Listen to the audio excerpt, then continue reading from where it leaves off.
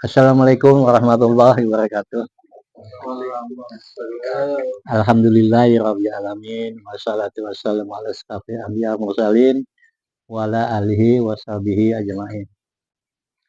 Adapun yang disebut sirullah artinya rahasia nama Allah. Puncak marifat itu adalah sirullah, rahasia nama Allah.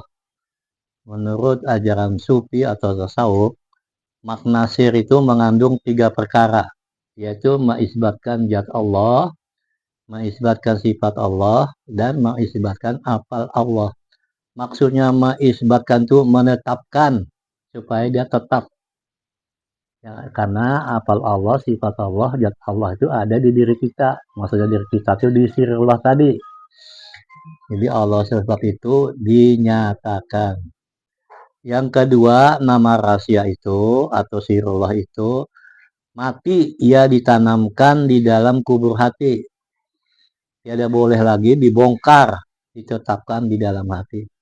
Maksudnya itu ditetapkan di dalam hati, dipatri di dalam hati, disimpan di dalam hati supaya dia itu terpelihara dan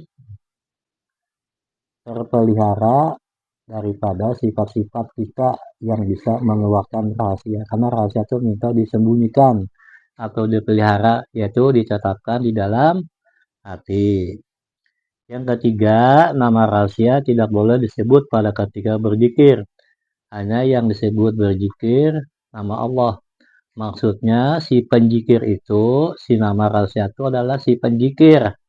Kalau bahasa kita itu adalah zat Allah atau zat mutlak atau orangnya. Nah, zikirnya itu adalah hu Allah. Maksudnya hu Allah itu adalah zikir berkasih sayangan. Zikir disebut juga zikir kesempurnaan. Disebut juga zikir marifat. Disebut juga zikir marifat, zikir kesempurnaan, zikir kebesaran, yaitu zikir beraku-akuan, berkenal-kenalan, berpinanduan, yaitu zikirnya adalah hu Allah. Adalah zikir kebesaran daripada nama Allah. Jadi si rahasia itu supaya dia sempurna memakai zikir kesempurnaan, yaitu zikirnya hu Allah. Hu Allah, hu Allah, hu Allah. Yang keempat, ilmu marifat terhimpun kepada rahasia. Maksudnya rahasia itu nama Tuhan yang dirahasiakan. Inilah marifat yang sempurna. Maksudnya sempurna itu adalah marifat yang kamil mukamil. Nah, sempurna lagi menyempurnakan. Jalan kepada Allah Ta'ala yang sempurna. Tiada baginya umpama dan banding, yaitu laisa kamislihi syai'un. Lazimkan olehmu akan hakikat marifat dengan zikrullah dan tafakur. Jadi zikir hakikat itu adalah la ilaha illallah. Zikir marifat itu adalah hu Allah. Jadi la ilaha illallah dan hu Allah.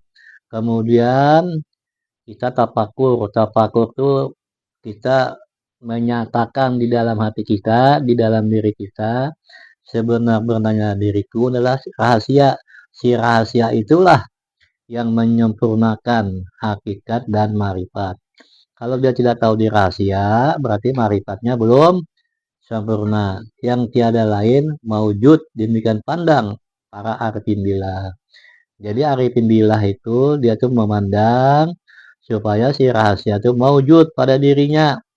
Supaya dia maujud dengan zikirnya hu Allah, hu Allah, hu Allah.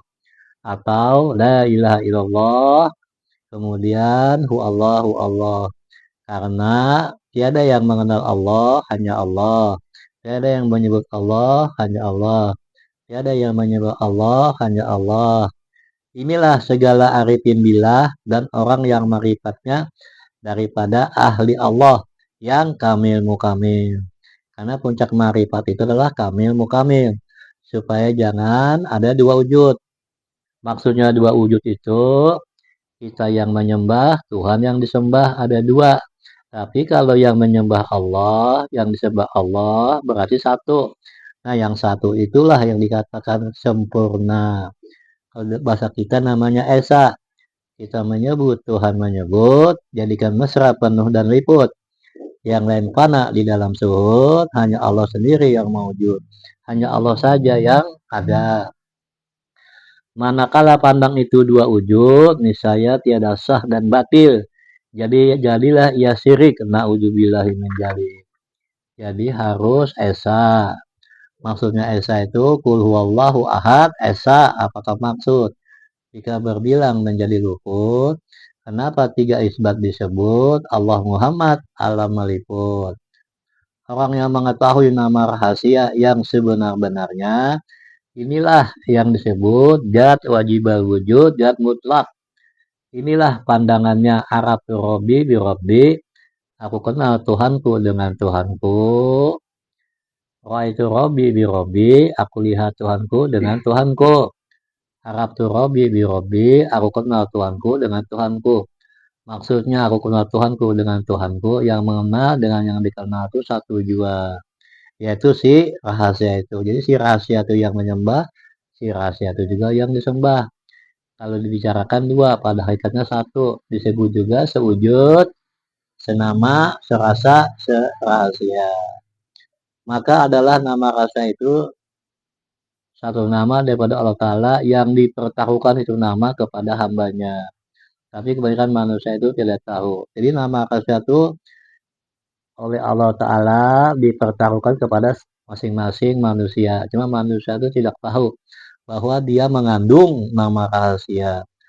Karena itu dia harus mencari nama rahasia. Jadi nama rahasia tidak ada di lain. Nama rahasia itu ada di diri sendiri. Nah, tanyakan masalah nama rahasia ini kepada ahlinya untuk mengetahui yang sebenar-benarnya rahasia. Maksudnya rahasia itu, itulah diri Tuhan yang sebenar-benarnya. Itulah yang orangnya, itulah zat mutlak, namanya Allah. Jadi Allah itu adalah sebuah nama. Apabila kita ketahui bahwasanya keesaan Allah Ta'ala dengan rahasia, niscaya esalah hakikat kepada wujud Allah Ta'ala. Jadi kalau kita mengetahui rahasia keesaan Allah Ta'ala, jadi Allah Ta'ala itu esa. Maksudnya esa di sini hanya Allah aja yang ada, selain Allah Ta'ala itu tidak ada. Maka hakikat kepada wujud Allah Ta'ala itu esa juga. Jadi esa marifat kita, jadilah satu rahasia kita dengan rahasia yang hak. Dengan dalilnya insanu siri wa ana sirahu wasifati wal gairi. Bermula manusia itu rahasiaku dan aku itu rahasianya, yakni insan itu jadi lain daripada aku. Maksudnya itu berpinanduan, beraku-akuan, bermesraan antara si rahasia dengan yang punya rahasia.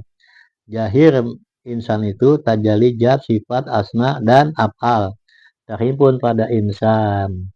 Inilah kenyataan Allah Ta'ala, ain Allah, dan kenyataan alam dan insan. Inilah perhimpunan hakikat Allah dan kejadian sekalian alam dengan isyarat hak yang hak. Adapun dinamakan rahasia karena namanya itu keras, tiada ia akan berubah lagi. Jadi akhirul kalam kami ucapkan Assalamualaikum warahmatullahi wabarakatuh.